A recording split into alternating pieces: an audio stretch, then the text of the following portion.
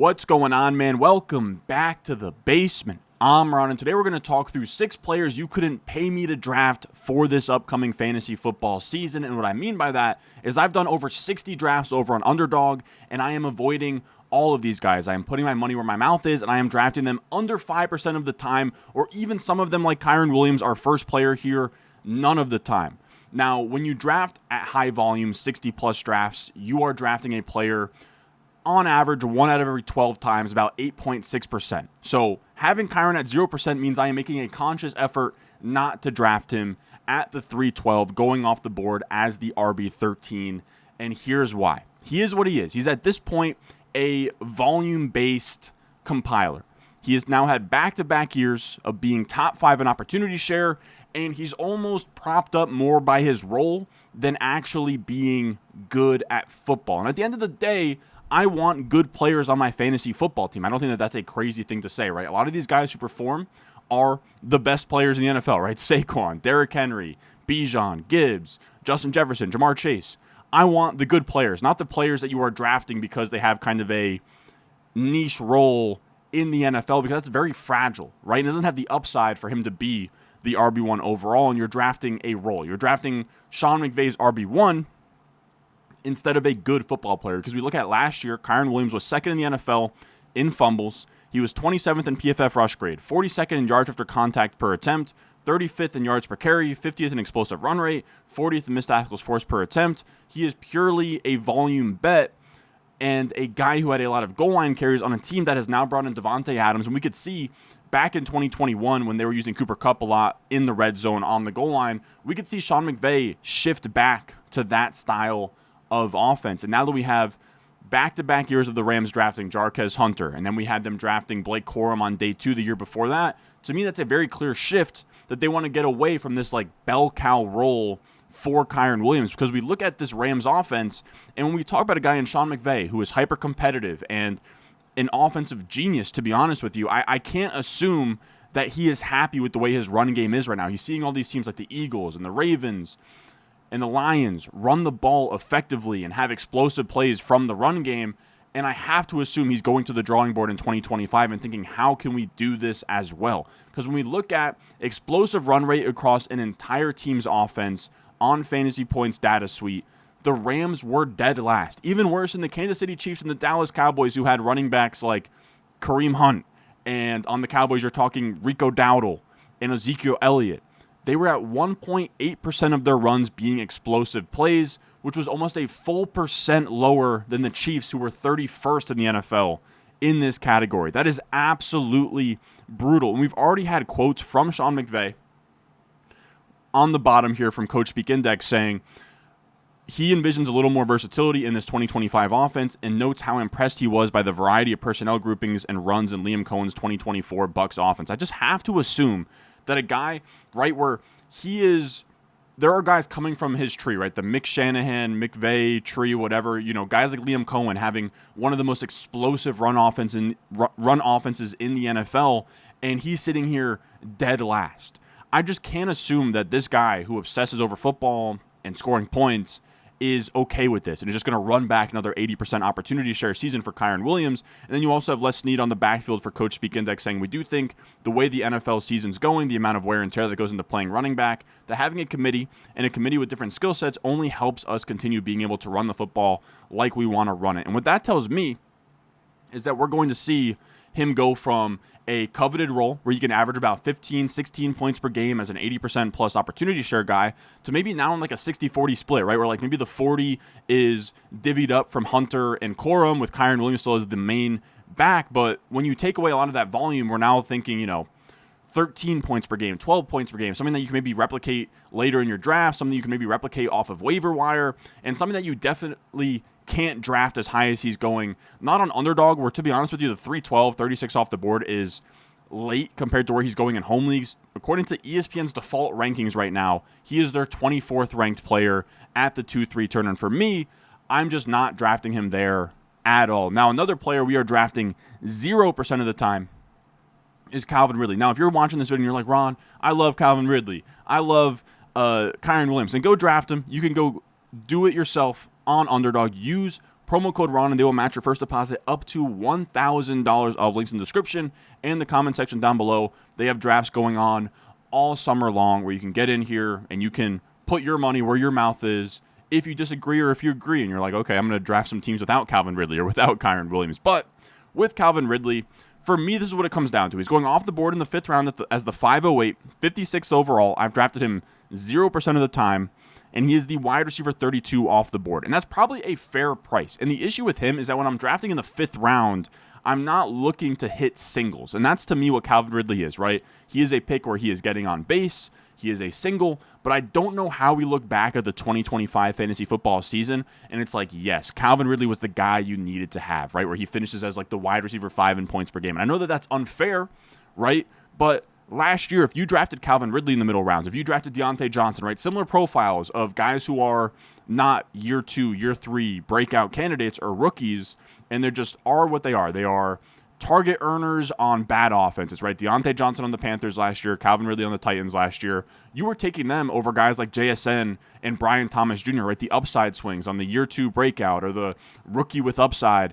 And I would just rather take swings in this range where you can get, the back half of that tier of your Jalen Waddle, George Pickens, your Travis Hunters. Instead, like Calvin Ridley, again, you're just getting on base. And if I'm just going to shoot for high floor at receiver, right, where if I'm drafting the wide receiver 32 and I'm just hoping he finishes like the wide receiver 30, I would just rather wait 2 rounds later for Juwan Jennings or Jacoby Myers, who I don't even really like them at their prices, but to me, they're more palatable than Calvin Ridley where he's going. And the reason why I say that that's his ceiling is just since coming back from his gambling suspension, right, where he had that with the Falcons, he's had like literally one good year in his entire career where he was amazing.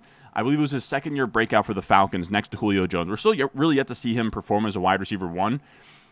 He is yet to have a season of over 2+ yards per run since coming back from gambling. 0 top 24 finishes, 0 75+ PFF grade seasons. He's finished as the wide receiver 36 and the wide receiver 27 in points per game over the last 2 years.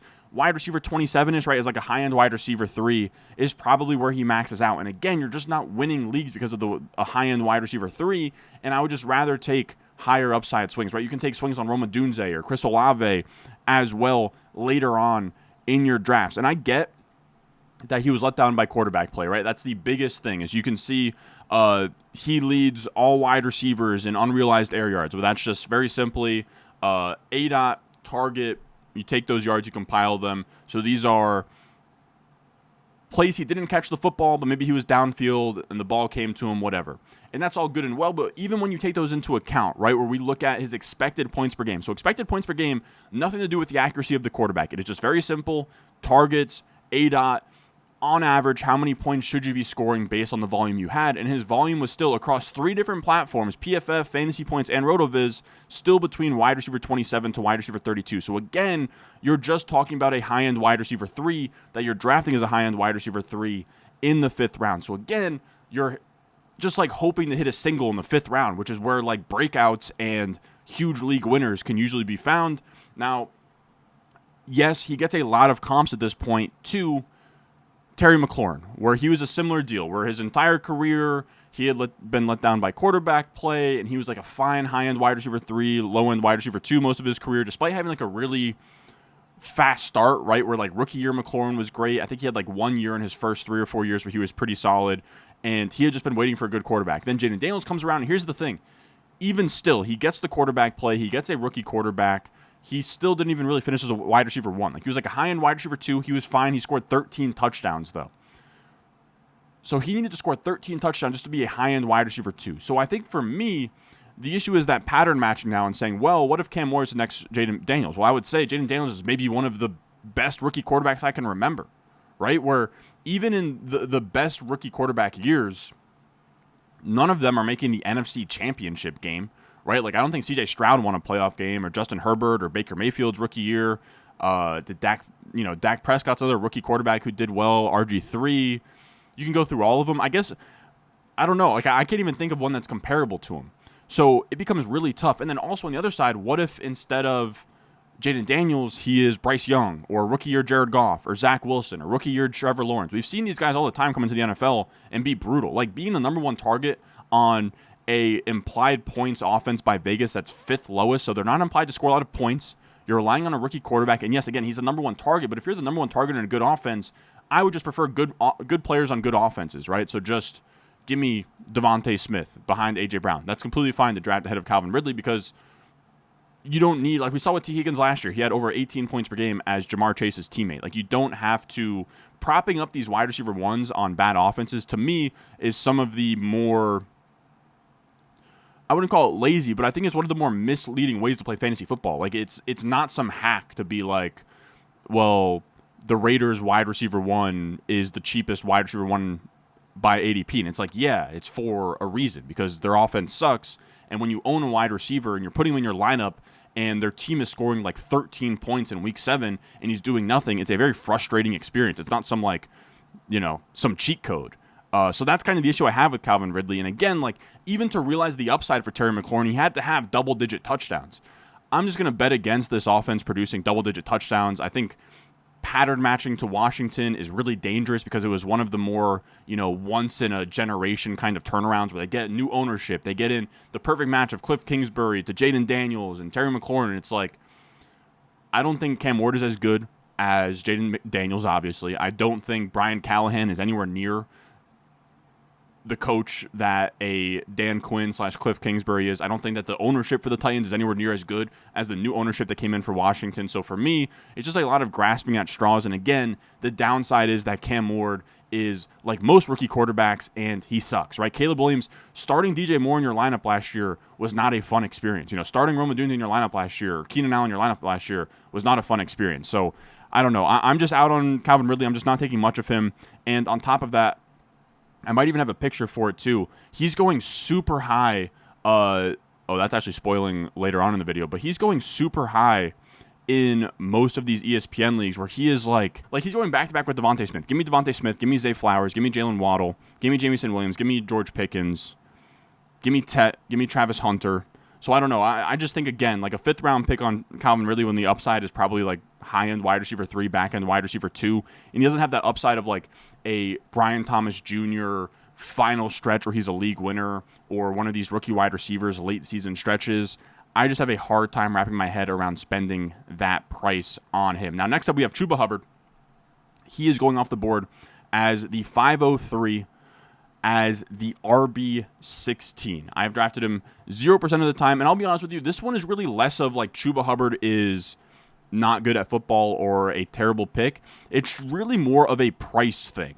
He's going in this range where I have Kenneth Walker over him, and then I love Waddle, Hunter, Flowers, because to me that's the tier break. Like Waddle, Hunter, Flowers, and then huge tier break to Ridley, Odunze, Jennings, Olave. So I'm trying to get my wide receivers in, right, with Waddle, Hunter, Flowers, and then hammer the running backs in that James Conner, RJ Harvey, Trevion Henderson area. So for me, the issue becomes that if I want a running back in the 50s, I'm taking Kenneth Walker.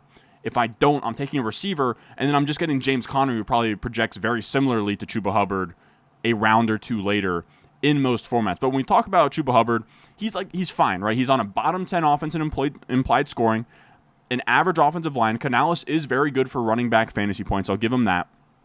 He was the RB13 in points per game last year, Chuba Hubbard. He's going off the board as the RB16 in points per game now. That's about fine. He's a fine projection in an okay situation. I will say, though, he's not a bad player. Like last year, he was top 10 in yards after contact per attempt. He was top 10 in yards per carry, 11th in explosive run rate on an offense that wasn't very good until the final stretch. Now, the biggest issue I have with him is there's not really a ton of receiving upside. He only had 43 catches last year. He had a brutal 0.5 yards per out run. So I don't know what the upside looks like. But if you're drafting a running back like him in the 5th round and he gives you, 16, 17 points per game, which is what I would call that his ceiling, that's probably a fine pick. But again, I just don't like the players that you have to take. You have to take Hubbard over a lot of players that I like is kind of what it comes down to. And then similar idea on ESPN where he's going even higher. He's going 41st off the board on ESPN default rankings right now. I'm not even the biggest Chase Brown fan, but taking Hubbard 5 picks after Chase Brown, I can't do it. I'm taking Mike Evans over him, Garrett Wilson, Marvin Harrison Jr. Even I would take probably Metcalf, and again, I would just take the running backs later. Like I have Amarion Hampton and Breece Hall both ranked ahead of Chuba Hubbard, and they're in the 50s on ESPN. So again, with Hubbard, I do want to make it clear, it's not that I think Hubbard's like a terrible player or he's going to like kill your fantasy team. It's just that I don't love the price. If he was like a late fifth, sixth turn pick, I'd probably mix him in a little bit more. Now, the next player we'll talk about here is one that I'm not 0% drafting, but a player that I'm not all that interested in is Jordan Mason. And I will say I was drafting him a little bit when we started this fantasy football season. His price keeps going up, and now I'm kind of scaling back where I'm just not very interested anymore.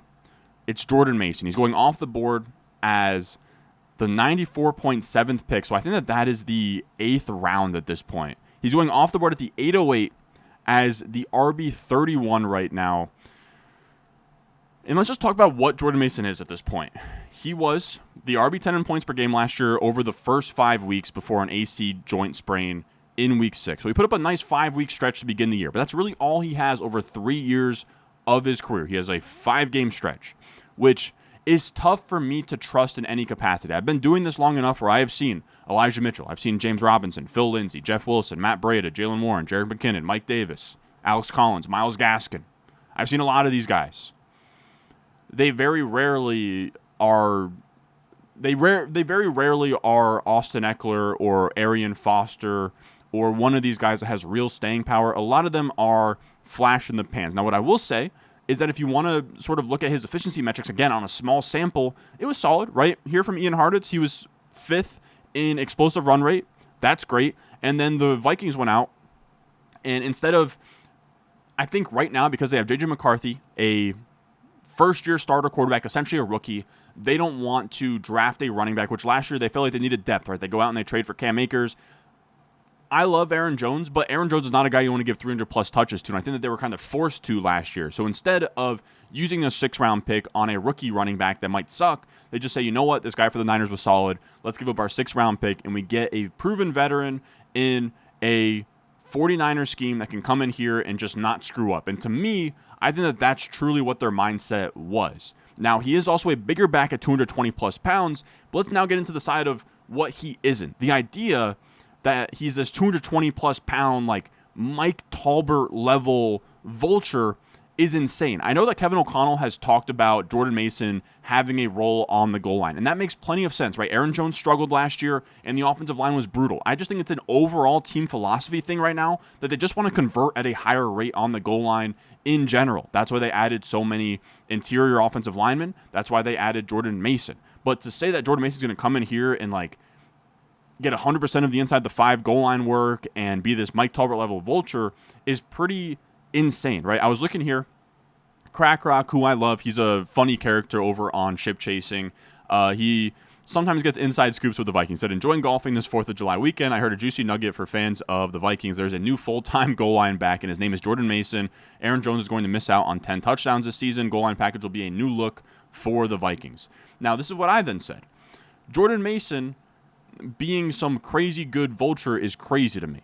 He had 9 rushes inside the 5-yard line last year among 49 running backs with 5 or more carries inside the 5. He was 44th in touchdown rate. He was 40th in stuff rate, and he had just 2 touchdowns on 9 carries. Now, what I will tell you is that Aaron Jones wasn't very good in this capacity either, where if we look at Jared Smola here on the left, Aaron Jones converted just 3 of 12 carries inside the 5. Jordan Mason converted 1 out of 7.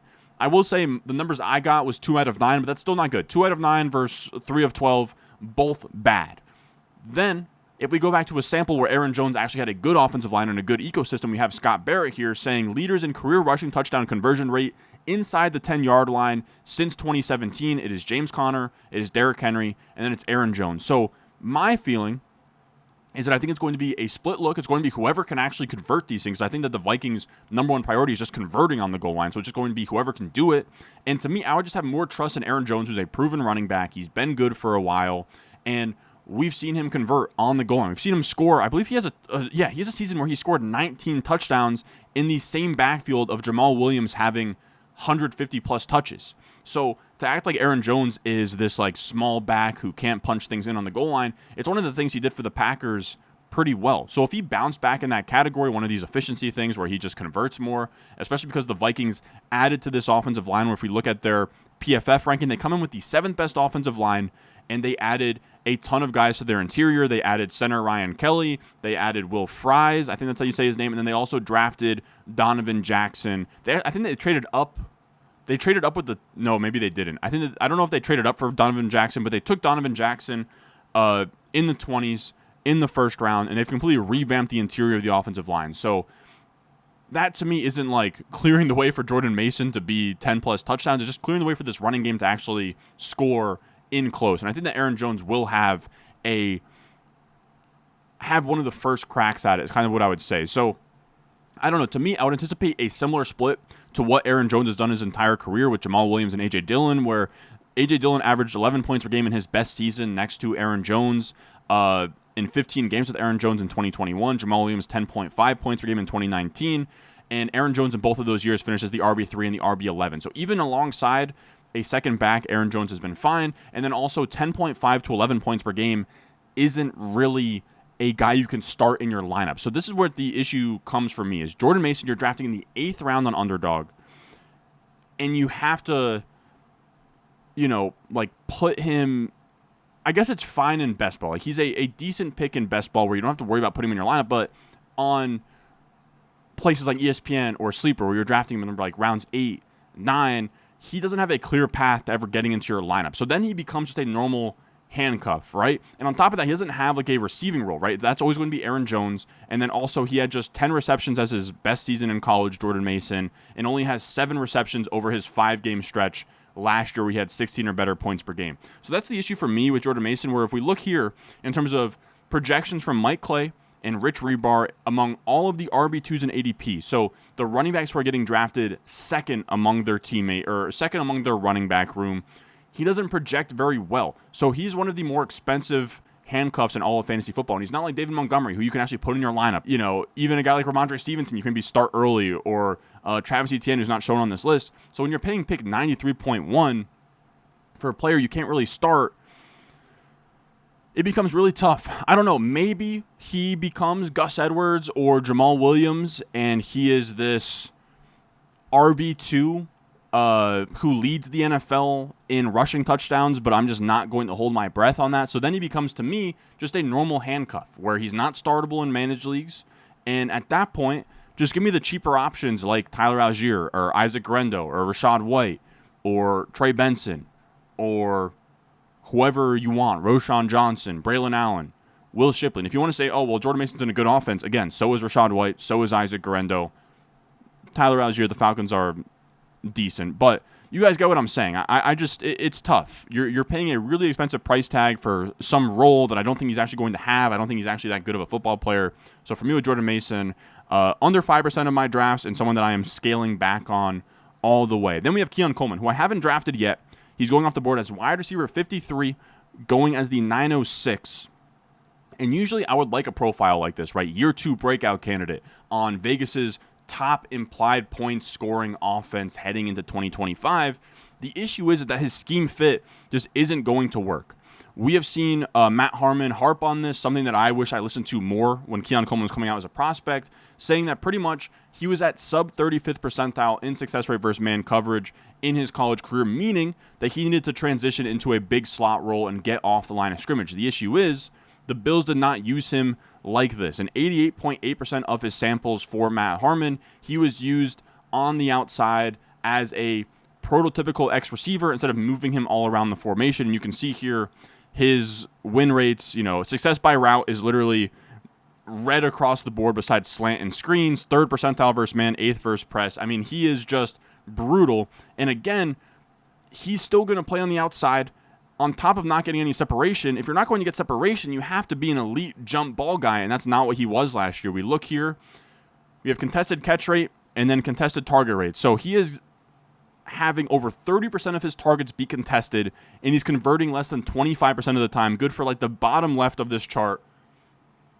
Brutal place to be, where again, he's not getting open, and then he's also not catching the ball in contested catch situation. So he was useless last year. So maybe there is an outside chance that he improves and he becomes, the next Mike Williams. That is definitely in his range of outcomes, but to me, the most likely way that he becomes a thing in the NFL is they move him around the formation. And when you have Khalil Shakir and you have Dalton Kincaid and you have Dawson Knox and you still have Curtis Samuel and you sign Elijah Moore and you have all of these slot role players just taking up space on the depth chart, there's no room for Keon Coleman to do anything else but play on the outside. Now, maybe Josh Palmer can get a little bit more on the line. You can maybe get Keon Coleman, off the line as more of like a flanker, but I'm just not going to hold my breath on Keon Coleman being used that way when they have Khalil Shakir, when they have Dalton Kincaid. And to me, I'm just expecting more of the same of him on the line of scrimmage, having a couple of highlight jump balls, but not converting at a high enough level to be usable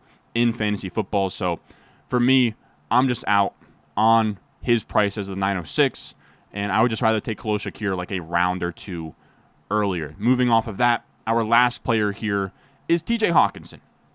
He's going off the board as the tight end 5 right now, right? He's going, I don't know why I'm struggling, but he was going after Bowers, McBride, Kittle, Laporta, then it's Hockenson. He's kind of just there by default. Now, you can throw last year out, right? He's coming off a torn ACL. He was a tight end 16 in points per game, didn't score a single touchdown, but again, off a torn ACL, I'll give him that grace. Here's the issue.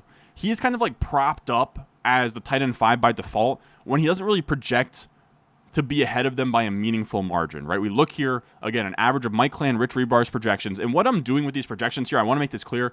I'm not, setting these projections and then ranking my players off of that. It's just to get a feel of like, okay, McBride and Bowers and Kittle are a clear, in terms of what you can project them in terms of their baseline ahead of the rest. And it's kind of a way to just see where are the actual tier gaps from what you can expect from a baseline level. And then from there, I put my own biases in of like, well, I think Laporta could actually bounce back. And maybe I see him more as like a 10-point per game guy. It's just a way to anchor yourself to reality before you're just like, yeah, well, Hockenson's going to average 14 points per game this year. You know what I mean? Like, these guys are going team level, they're going targets, they're going coach tendencies down to the player. So they're starting macro, going micro, and again, it's just a way of just having a baseline projection. Very similar to over-unders on Vegas or whatever, but over-unders on Vegas isn't going to give you yards, catches, touchdowns for every single player in the NFL. So with that said, I have by underdog ADP sorted on the left column, and then their projected points per game from the 2 different outlets on the right column. You can see, okay, Bowers, McBride, clear top 2. Kittle, clear 3rd best. Laporta's the 4th best, and then you're paying up for TJ Hockenson, who projects in that same 8-point per game range as Travis Kelce, Mark Andrews, Evan Ingram, and David Njoku, all going anywhere from 10 to 30-plus picks later, and he's even more expensive over on ESPN, where he's actually getting propped up to pick 63 right behind Laporta. So there's not even a gap. There's not even like a round gap between him and Laporta. You're taking him over Roma Dunze, Tedero McMillan, Travis Hunter, RJ Harvey. There's a lot of good players in this range. And to me, he's again one of these guys where he's just a tight end 5. He's going to get drafted as a tight end 5. He's going to get pushed up in sleeper. He's going to get pushed up on ESPN. And to me, he's one of the stone worst picks in fantasy football right now. Pick 88 on underdog isn't terrible. It's like fine. But again, I would just rather take Mark Andrews later on. I would rather take David Njoku later on. I'd rather take Colston Loveland later on. So for me with Hockenson, someone that I'm really starting to, it's 4.5% now. I imagine by the end of the summer, it'll be more like 2%, 1%. But that's going to do it for us today. That is 6 players I am not drafting. 6 players you couldn't pay me to draft more of for this upcoming season. And if you want access to my entire top 200 fantasy football rankings, you can get that over on the Patreon, patreon.com/Ron Stewart. That is out there right now. You can see my rankings, top 200, my tiers, and then also you can upload them straight to Underdog if you would like to. But if you're not interested, just leave a like, subscribe if you're new, and I will see y'all in the next one.